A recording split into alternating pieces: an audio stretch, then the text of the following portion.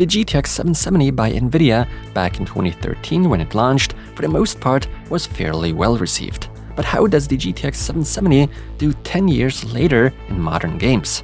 Is it even usable these days, and how far will we have to decrease our graphics settings in order to get the most FPS out of each game?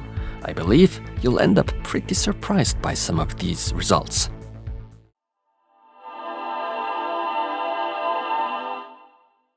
Obviously, we're dealing with a GeForce GTX 770 by MSI, namely their top-tier flagship version of that specific card, the Lightning.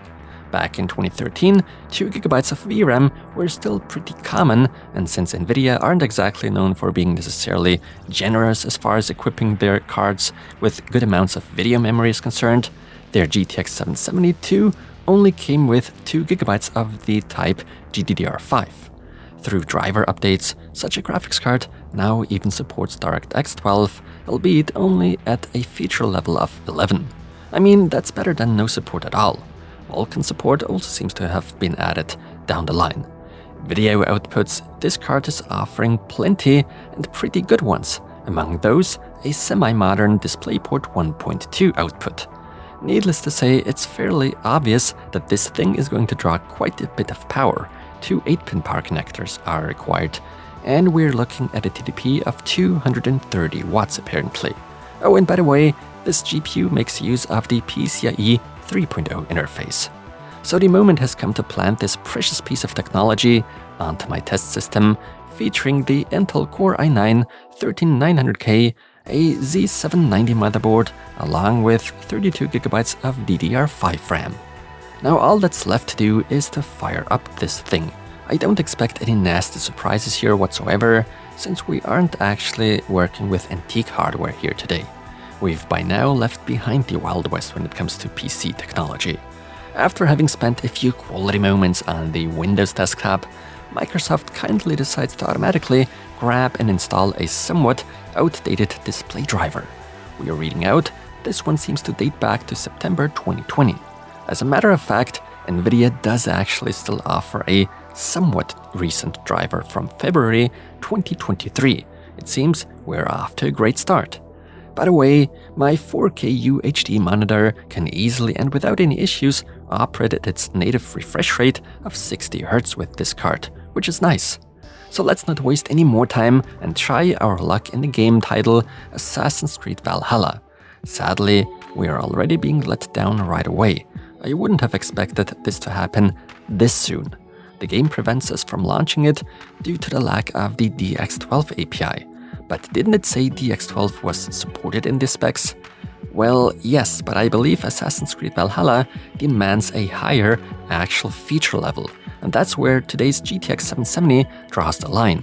It, after all, simply is not a DX12 card to begin with. Keep that in mind. So let's work our way down alphabetically and move on to Battlefield 5. This title starts up without any hiccups. Primarily, we are always going for Full HD 1080p as the screen resolution. DX12, according to what's stated in-game here, is enabled. We'll give it a shot at the preset setting low for now, as far as graphics are concerned. In fact, we're looking at a pretty decent frame rate here, easily 60 to 70 FPS, depending on the scene. So there's definitely headroom for more. Back within the settings, we're sticking to 1080p but crank the graphics up to medium. By doing so, we're now dropping down to below 60 FPS on average, but that still can be considered somewhat playable. The graphics fidelity certainly has improved drastically. So I'm asking myself, what if I dial it back to low again, but then go for a resolution of WQHD 1440p? Would that work? The answer to that, indeed. But we're now playing along with noticeably below the 50 FPS mark, which for a first-person shooter is suboptimal, of course. The average does, however, move towards a nice and steady 50 FPS. Borderlands 3, the game starts up without any hassle. We are again kicking things off at 1080p, and for now, don't choose the very low graphics preset, but low. With that setting, we're scratching the nice and smooth 70 FPS mark, even though the frame rate could drop over time. We at least have a bit of headroom there, which is why I'll quickly set the graphics to medium now. Well, yeah, the game now certainly looks much prettier. We've had to sacrifice lots of FPS in order to achieve that, however. The average is now only at roughly 50 FPS. But what if we go back to low and instead crank the resolution up to 1440p? Surprisingly, this decision doesn't lead to as great losses as I expected. I wouldn't consider 45 FPS as super playable in Borderlands 3 anymore, though. So I just can't help myself and just had to give it one more shot with the graphics quality set to very low. Now we're talking 50 to 55 frames per second on average, which is a pretty respectable result actually. Let's not forget, this is only a GTX 770. Next up on the list, Cyberpunk 2077. Unfortunately, we are getting to see the all too familiar error message.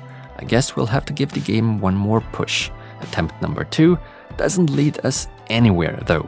The error message returns quicker than you could name NVIDIA's current GPU pricing scheme. So there's nothing we could do here, which is why we are heading to our next sensitive title, namely Far Cry 6. That one too crashes from the very beginning on. Not even my optimistic second attempt would fix anything. What a bummer indeed. Therefore, let's get ready for the next race with all eyes on Forza Horizon 5. Initially, we receive a warning telling us about our outdated display driver version, but we could just kindly ignore the warning. Unfortunately, we seem to be stuck at a black screen, and by bringing up the task manager, the game appears to be crashing on its own.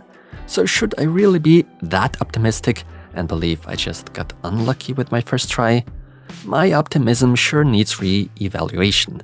We aren't getting anywhere today. We should, however, be able to see good results in GTA 5. After all, it's been released back in 2013, or rather 2015. Needless to say, we'll stick to DX11, 1080p, and otherwise maxed out graphics. We are ignoring any VRAM limits though, since we are clearly already exceeding those 2 GB. Anyway, the card seems to be performing really well in GTA 5 at those settings. We are easily looking at 70 FPS on average. So what if I increased the resolution to 1440p? Now we are hovering around in the 50 FPS mark, which is noticeably lower already. The graphics sure do look nice though, but in order to squeeze out even more frames per second, we'll lower the graphics details down to normal. We do have to restart the game for that. As a matter of fact, I went a little overboard with these settings, as we are now looking at well above 100 FPS. On average, we are talking of roughly 110 FPS. Now, in order to polish the graphics a little bit, we'll go ahead and try out the graphics setting High. It appears we've now achieved the sweet spot, 1440p and buttery smooth 75 to 80 FPS. We can leave it at that. I'm still hungry for more though, and so I'm cranking the resolution all the way up to 4K UHD. Needless to say, we'll have to adjust the remaining graphics settings accordingly, basically set them down to normal. Behold, a super sharp image is what we're looking at now, and the frame rate at about 60 FPS isn't too shabby by any means. So in that slightly dated game title, the GTX 770 still performs. But let's move along to Horizon Zero Dawn. Right away, a warning is displayed. We are apparently not meeting the minimum requirements with our mere 2 GB of VRAM. Luckily, we can just acknowledge this and simply ignore that warning. Having arrived in the menu, we'll be testing at Full HD and of course at the performance preset setting /lowest graphics. With those, we're definitely ranking below 40 FPS, and that's no longer very pleasant, I'd say. So our only option is to lower the resolution. To avoid 720p, let's go for a compromise and go with 1366 by 768 pixels. Would you look at that? The frame rate on average climbs up to 50 FPS, which certainly is a much better experience. Of course, the image quality now leaves a lot to be desired. Everything's simply low-res and grainy. With higher hopes, I move on to the game Metro Exodus. We're testing at 1080p and otherwise low settings. Well, yeah, let's put it this way. The graphics fidelity is still respectable, but the frame rate at best 30 FPS. Measly, to put it mildly. So let's drop down to 1366 by 768 then. The surprise being, this hardly improved anything. I guess this title simply is way too demanding for our good old GTX 770. Can things look any better in Red Dead Redemption 2 then? We are right away being prompted to update to a newer display driver. Other than that, the game doesn't prevent us from entering the menu. So I'm settling for Full HD with appropriate lowest graphics settings. Unfortunately, the game does not allow applying these settings since we're exceeding the VRAM limit. Any option to ignore such limits as in GTA 5 is non-existent in this game, meaning we'll have to go down to 1366 by 768 right away. Aside from the abominable, grainy, smeary mess in terms of graphics, the game title does run fairly smoothly at over 50 FPS. Of course, we're not having the greatest fun playing this way. The game Rise of the Tomb Raider should make things a lot easier for us, starting things off at 1080p and at max graphics settings. Well, admittedly, I thought this would be child's play. Turns out, that's not the case at all. We're barely hovering above the 30 FPS mark. We therefore do need to lower the settings after all.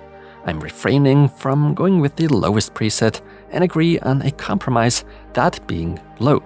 And I did a pretty good job guessing where this would land us in terms of frame rate. 60 FPS on average ain't bad, very playable indeed. But if we further up the resolution to 1440p, in turn lower the graphics to lowest, we're looking at a fairly comparable, similar frame rate at this higher screen resolution. A pretty good result, I'd say. Which is why we're now moving on to our next adventure in the more recent title, Shadow of the Tomb Raider. The X12 remains enabled here, 1080p of course, TAA, and everything set to the graphics preset high. We are experiencing a little over 30 FPS on average that way. Looks like I was a bit too optimistic with these settings once again. So let's set the preset to low, and right away we are reading out 10 more FPS on screen. I wouldn't consider this to be an optimal result, but the game title can be played that way fairly well actually. Those, however, that are thirsty for an even smoother gaming experience are free to further sacrifice graphics by going with the lowest preset and in turn are graced with slightly above 50 FPS. If you were to increase the resolution to WQHD 1440p, we'd be looking at roughly 40 FPS on average, which, all things considered, isn't as bad as I expected it to be. And this pretty much wraps up today's gaming parkour. The GTX 770 sure still has some performance left in it, despite it being almost 10 years old now. With the right adjustments, and if you aren't too sensitive in terms of graphics quality and sharpness, even one or the other modern AAA game title can be fired up. Of course, you'll have to live with a few compromises, and some games won't even launch due to the lacking native DX12 support.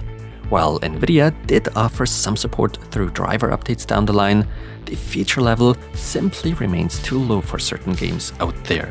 You'll have to come to terms with that and accept it the way things are. Not everything will be able to run. Nonetheless, I'm still positively surprised by the fact how much the GTX 770 still has left in its tank. That GPU was released back in 2013, let's not forget that. I hope you enjoyed this ride back into the past as much as I did, and thank you so much for watching.